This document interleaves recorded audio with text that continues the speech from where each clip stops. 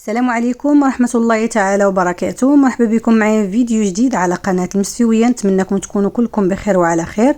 تشارك معكم لي طرونش بالكيكه ديال 7 ملاعق، كيجيو غزالين، كيجيو رائعين بواحد الكريمه لذيذه ومحلوش بزاف، فقط ب7 ملاعق من الطحين وجوج البيضات. كنحصلوا على 15 قطعه. حضريها لوليداتك في المنزل احسن ما تشريها من الباتيسري. كنتمنى الفيديو يعجبكم، وإلا عجبكم شاركوه مع الاصدقاء والاحباب ديالكم.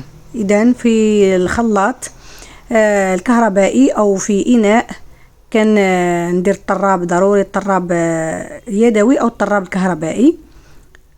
في اناء كندير قرصه ديال الملح، كندير جوج البيضات،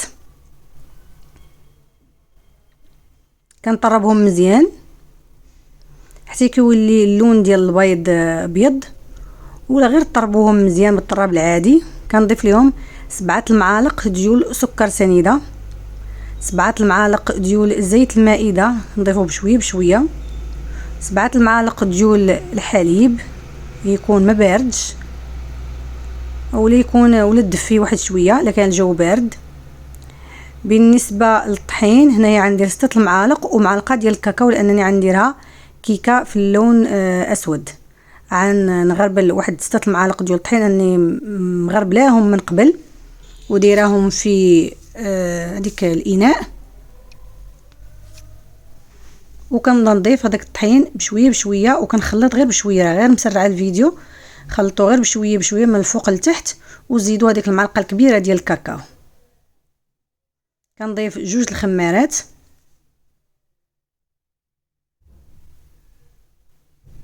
وكنبدا نخلط بشويه بشويه. الفران يكون سخون على درجه درجه الحراره 180 غير من التحت. الا كانت الفرفاره ديروها، لما كانتش ما ديروهاش. الفران ديال الغاز تشعلوه يسخن من قبل عادي حتى يسخن، كتنقصوا ليه بحال كطيبوا الكيكه العاديه. ما كتاخذش الوقت بزاف، بين 20 دقيقه حتى 25 دقيقه على عافيه مهيله. ما تفوتوش فيها الطياب بزاف باش ما تجيش كارمه وتجي لاصقه لكم مع هذاك البلاطو، الطاوله اللي درتو فيها الكيكه. بالنسبه لهاد الطاوله اللي درت فيها انا الكيكه، الا كنتو بغيتو الكيكه تجيكم رقيقه، ديروها في هاد الطاوه، هاد القياس. بغيتوها تكون تكون يعني الكيكه طالعه، ديروها في شي اناء ولا في شي لاطه تكون صغر من هذه.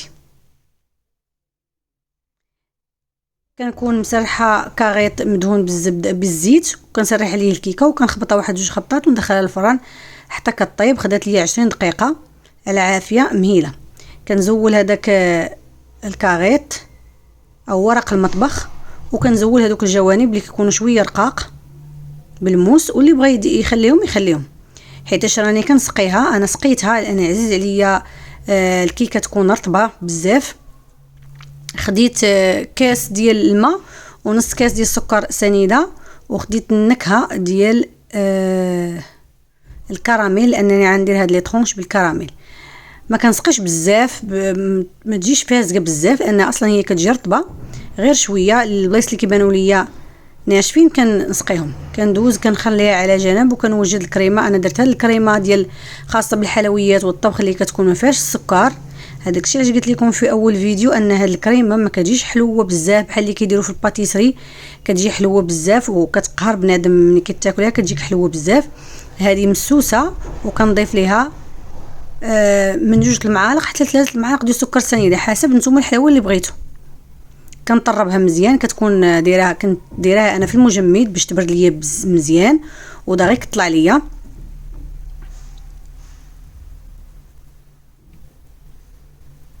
هنا كنبدا نضيف السنيده، ضفت 3 المعالق معامرين ديال سكر سنيده في 400 مليلتر ديال الكريمه. واللي بغى يدير كريم شونتيي الغبره يدير جوج البواطات مع الحليب، وما يضيفش ليهم السكر لان ديك شونتيي كتكون حلوه. صافي مني عقدت ليا الكريمه ديالي، كنضيف لها واحد المعلقه اختياريه اللي كان متوفر عندك ديال الجبن باش تجي فيه يجي واحد المذاق زوين. يعني ضفت واحد المعلقه كبيره وضفت النكهه ديال الكراميل الكريمه ديالي، وكندوز درت الاطار، حيدت هذيك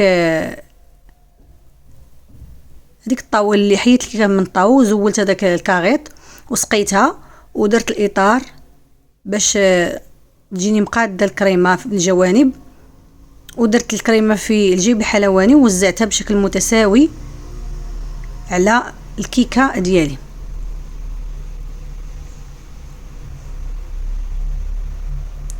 اللي بغى يدير هاد الكيكه في اللون تكون بيضاء يدير 7 المعالق ديال الطحين، والكريمه يدير معها الكاكاو ولا شويه ديال الشوكولات مذوب يخالف اللون ديال الكيكه باش تجي الكريمه باينه. صافي كنوزع الكريمه ديالي على هذا الشكل. اللي متوفرش ليه الجبن يمكن ليه يدير ياغورت ديال درهم، ياغورت صغير حتى هو كيعقد الكريمه وكيجيبها زوينه. كندخلها للثلاجه حتى كتماسك ليا مزيان. كندوز نوجد صلصه الكراميل. كندير كاس ديال الماء وكاس ديال سكر سنيده ومعلقه كبيره ديال مايزينا نشا الذره. كنحركهم مزيان ومن بعد كنوضعهم فوق من البوطه. كنزيد عليها النكهه ديال الكراميل. بالنسبه للون ديال الكراميل كتحكموا فيه نتوما، بغيتوا اللون ديال الكراميل يكون غامق مزيان ضيفوا هذيك البواطه ديال 5 دراهم كامله. بيتوها يكون غير خفيف، تخلوا منها غير واحد شويه. انا درت واحد شويه ومن بعد ضفت لان بالي اللون ما جاش غامق بزاف.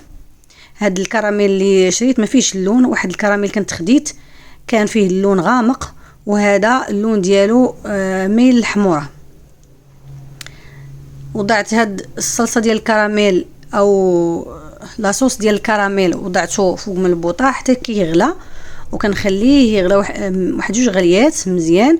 وكنشوف القوام ديالو لا بالي خفيف كنزيد واحد شويه ديال النشا. هنا راه بالي انا خفيف وراه ما صورتش انني زدت واحد شويه ديال النشا مع شويه ديال واحد القطيره ديال الماء حتى حليت هذيك النشا وسط الماء. تقريبا ضفت نص معلقه كبيره ديال النشا وضفتها ليه وخليته حتى غلى مزيان وكبيته في الجبانيه وخليته يبرد. ضروري يبرد، ما يبردش بزاف، غير يدفى باش ما يخسرش ليا الكريمه ديالي. من بعد ما دفى كنوزعو على هذا الشكل. واللي بغى هاد الصلصه ديال الكراميل تكون كثيره يدير كاس ونص ديال الماء ويدير 2 المعالق ديال مايزينا، والسكر يدير غير كاس لانه كيجي حلو. صافي كنوزع هاد الكراميل وكندخلو للثلاجه يتماسك واحد نص ساعه، هو راه دغيا كيجمد. وكندوز كنقطعها التقطيع اللي بغيت. من بعد ما خليتها نص ساعه في المجمد، ولا كان عندكم الوقت خلوها غير في الثلاجه حتى كيتبرد مزيان. ومن بعد كناخذ واحد المسطره قطعت على العرض قطعت 6، وعلى الطول قطعت 3. وكنمسح دائما الموس ديالي باش ما يتخلطش، باش ما الكريمه ما تخلطش ليا ويخسروا ليا لي طرونش ديالي.